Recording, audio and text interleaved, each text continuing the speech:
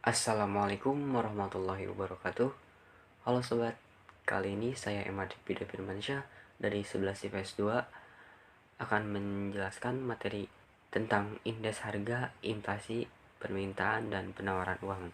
Langsung saja kita mulai. Kita masuk ke dalam indeks harga dulu terlebih dahulu. Sebelum kita mulai, terlebih dahulu kita mengetahui apa yang kita akan pelajari di dalam materi indeks harga. Yang kita pelajari dalam materi indeks harga, kita akan pelajari pengertian indeks harga, jenis indeks harga, tujuan perhitungan indeks harga, dan metode perhitungan indeks. Langsung saja kepada pengertian indeks. Pengertian indeks harga adalah angka yang menunjukkan perubahan harga barang-barang dari waktu ke waktu. Sebagai contoh, harga yang berlaku di pasar merupakan termasuk indeks harga konsumen. Jenis-jenis indeks harga. Yang pertama, indeks harga konsumen (IHK). IHK merupakan indeks harga yang umum digunakan untuk menggambarkan pergerakan harga. Dengan kata lain, IHK adalah indeks yang mengukur perubahan-perubahan yang terjadi pada harga ecer barang dan jasa diminta konsumen dari waktu ke waktu. Yang kedua, indeks harga produsen (IHP). IHP adalah indeks harga yang menggambarkan tingkat perubahan harga di tingkat produsen. Pengguna data dapat memanfaatkan perkembangan harga produsen sebagai indikator dini harga grosir maupun harga eceran. Kemudian yang ketiga, indeks harga perdagangan besar (HPB). HPB adalah harga indeks yang menggambarkan besarnya perubahan harga pada tingkat harga perdagangan besar atau grosir dari komoditas-komoditas yang berperdagangkan di suatu negara maupun daerah. Komoditas tersebut merupakan produksi dalam negeri ataupun yang diekspor dan di komoditas yang berasal dari impor. Lanjut yang keempat, indeks harga saham. Indeks harga saham yaitu indeks harga yang mengukur perubahan harga saham di pasar modal, yang terdiri dari indeks harga saham individu yang harga masing-masing saham yang tercatat pada Bursa Efek Indonesia atau BEI. Kemudian indeks harga saham gabungan yang semua sahamnya yang tercatat sebagai komponen perhitungan indeks. Lanjut, kemudian yang kelima, indeks harga yang diterima (IT) dan dibayar petani (IB). IT, indeks harga yang diterima, yaitu indeks harga yang berhubungan dengan pengorbanan harga pokok yang telah dikorbankan dengan hasil yang diterima petani, atau indeks harga yang menunjukkan perkembangan harga produsen atau hasil produksi petani. Sedangkan indeks harga yang dibayar petani (IB) yaitu indeks harga yang meliputi pembelian dan pembiayaan konsumsi pembelajaran untuk biaya produksi pertaniannya, dan indeks harga yang menunjukkan perkembangan harga kebutuhan rumah tangga petani, baik itu kebutuhan untuk konsumsi sehari-hari maupun kebutuhan untuk proses produksi petaninya. Adapun tujuan perhitungan indeks harga, di antaranya yang pertama sebagai petunjuk atau barometer dari kondisi ekonomi umum. Yang kedua sebagai pedoman bagi kebijakan dan administrasi perusahaan. Yang ketiga, indeks harga dapat dipergunakan sebagai deflator. Yang keempat, indeks harga dapat dipakai sebagai pedoman bagi pembelian barang-barang. Dan yang kelima, indeks harga barang-barang konsumsi merupakan pedoman untuk mengatur gaji buruh atau menyesuaikan kenaikan gaji buruh pada masa inflasi. Adapun metode perhitungan indeks. Metode perhitungan indeks dibagi menjadi dua, yaitu yang pertama, indeks harga tidak terimbang dan indeks harga terimbang. Kita masuk ke dalam indeks harga tidak terimbang terlebih dahulu. Yang pertama, indeks harga price atau disingkat P, yang dirumuskan IP sama dengan sigma PN dibagi sigma P0 dikali 100, dengan IP adalah indeks harga tidak terimbang, PN harga yang dihitung angka indeksnya, P0 harga pada tahun dasar. Kemudian yang kedua, angka indeks kuantitatif yang dirumuskan IQ sama dengan sigma QN dibagi sigma Q0 dikali 100, yang IQ-nya adalah indeks kuantitas tidak terimbang, QN adalah kuantitas yang akan dihitung angka indeksnya, dan Q0 adalah kuantitas pada tahun dasar. Lanjut, yang ketiga angka indeks nilai value dengan disingkat F ya, yang dirumuskan IF adalah sigma Vn per sigma V0 dikali 100, yang IV adalah angka indeks nilai dan Vn adalah nilai yang dihitung angka indeksnya, dan IV0 adalah nilai pada tahun dasar. Kemudian masuk ke dalam indeks harga tertimbang dengan metode sederhana yang dirumuskan IA sama dengan sigma PN dikali W dibagi sigma P0 dikali W dan dikali 100, yang IA adalah indeks harga tertimbang, PN adalah nilai yang dihitung angka indeksnya, P0 adalah harga pada tahun dasar, dan W adalah faktor penimbangan. Yang kedua, metode least squares pada indeks harga tertimbang yang dirumuskan IL sama dengan sigma PN dikali Q0 bagi sigma P0 dikali Q0 dan dikali 100, dengan keterangan IL adalah angka indeks least squares, PN adalah harga tahun yang dihitung angka indeksnya, P0 adalah harga pada tahun dasar, dan Q0 adalah kuantitas pada tahun dasar.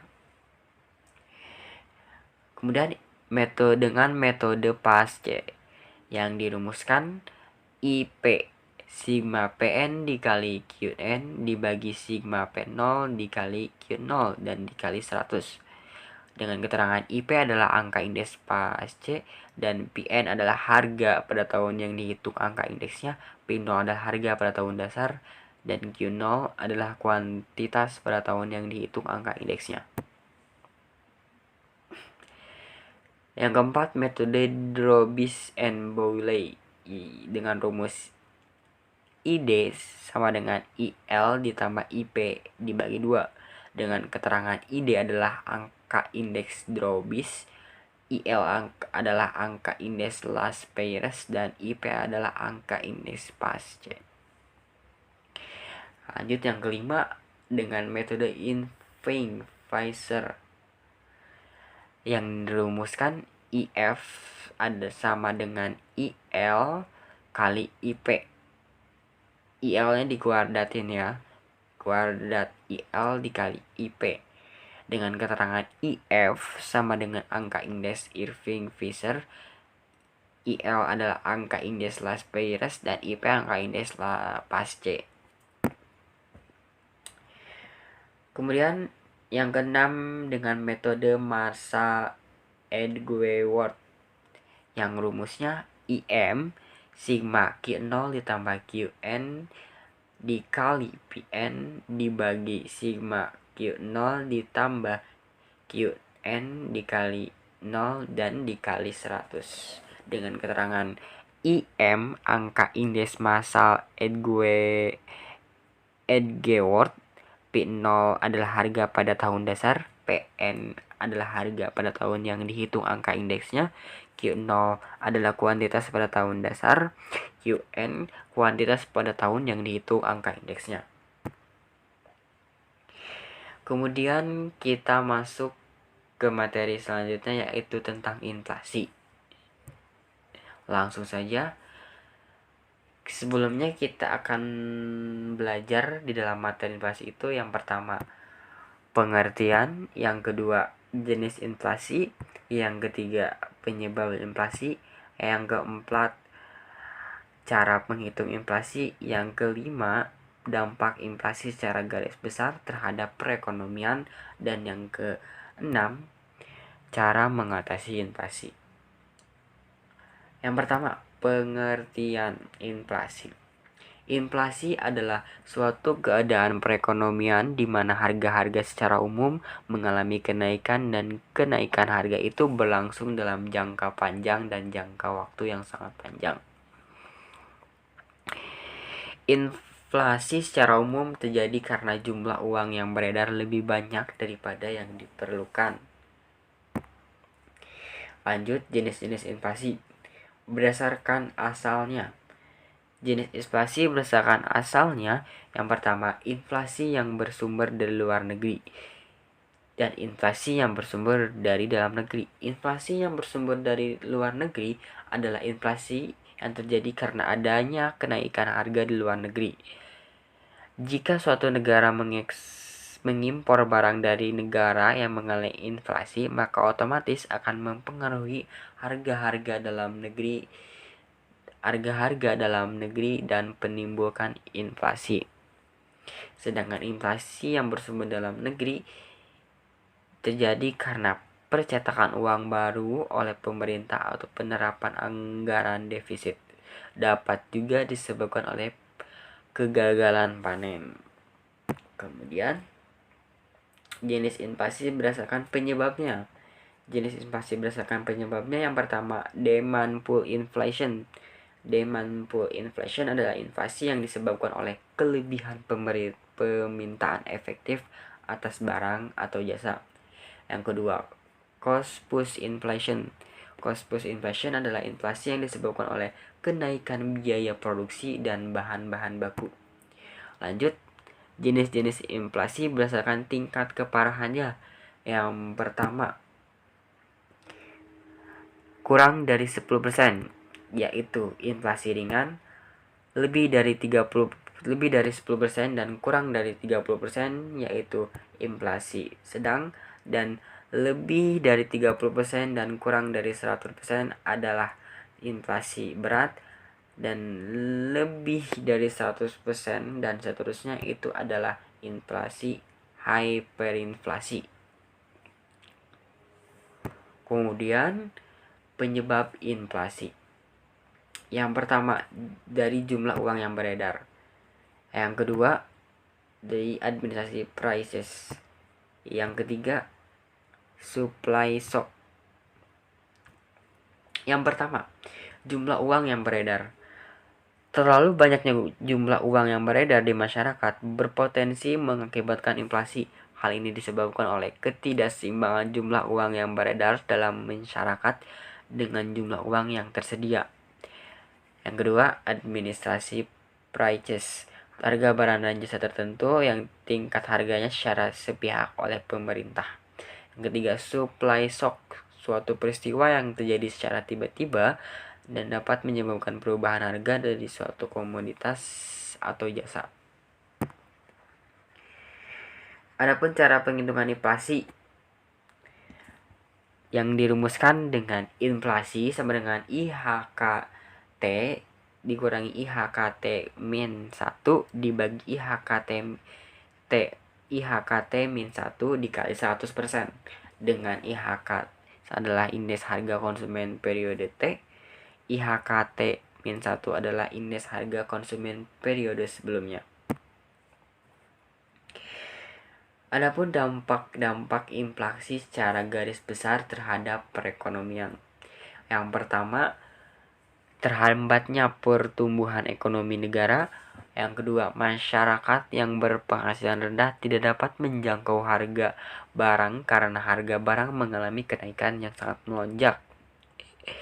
Yang ketiga, jika terdapat kebijakan untuk mengurangi inflasi. Yang keempat, masyarakat akan cenderung untuk menyimpan barang daripada menyimpan uang. Yang kelima, nilai mata uang turun karena adanya kenaikan harga barang. Lanjut,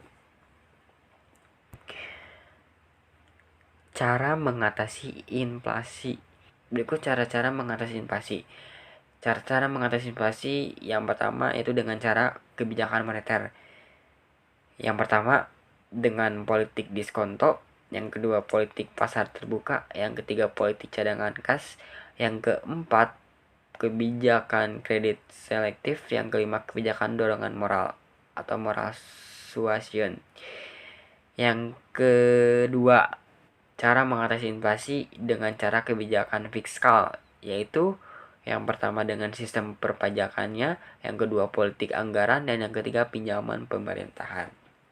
Yang ketiga, cara kebijakan non-moneter dan non-fiskal yang mengatasi inflasi, yaitu meningkatan produksi dan peningkatan jumlah barang di pasar. Terus kebijakan upah dengan menaikkan upah real yang sudah memperhitungkan inflasi dan pengendalian penawaran harga. Misalnya, pemerintah menetapkan kebijakan harga maksimumnya. Lanjut, kemudian masuk ke materi permintaan uang. Di dalam permintaan ini kita akan belajar tentang pengertian permintaan, teori permintaan uang, dan faktor yang mempengaruhi permintaan uang. Lanjut saja ke dalam pengertian permintaan uang. Pengertian permintaan uang adalah sejumlah uang yang tertentu yang dibutuhkan oleh masyarakat transaksi untuk melakukan dalam perdagangan dan tujuan tertentu. Kemudian faktor yang mempengaruhi permintaan uang. Faktor yang mempengaruhi permintaan uang yang pertama, tingkat pendapatan masyarakat.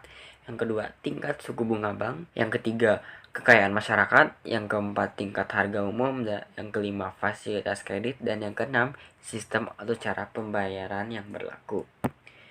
Kemudian adapun teori permintaan uang. Yang pertama, teori kuantitas klasik. Teori klasik dikemukakan oleh Irving Fisher. Teori kuantitas uang menyatakan bahwa perubahan nilai uang atau tingkat harga merupakan akibat adanya perubahan jumlah uang yang beredar. Bertambahnya jumlah uang yang beredar dalam masyarakat mengakibatkan turunnya nilai mata uang.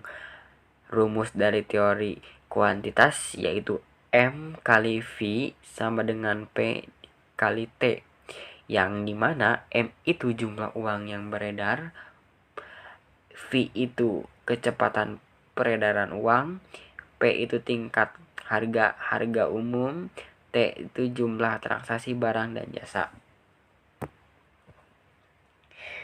Kemudian ada teori permintaan uang Keynes.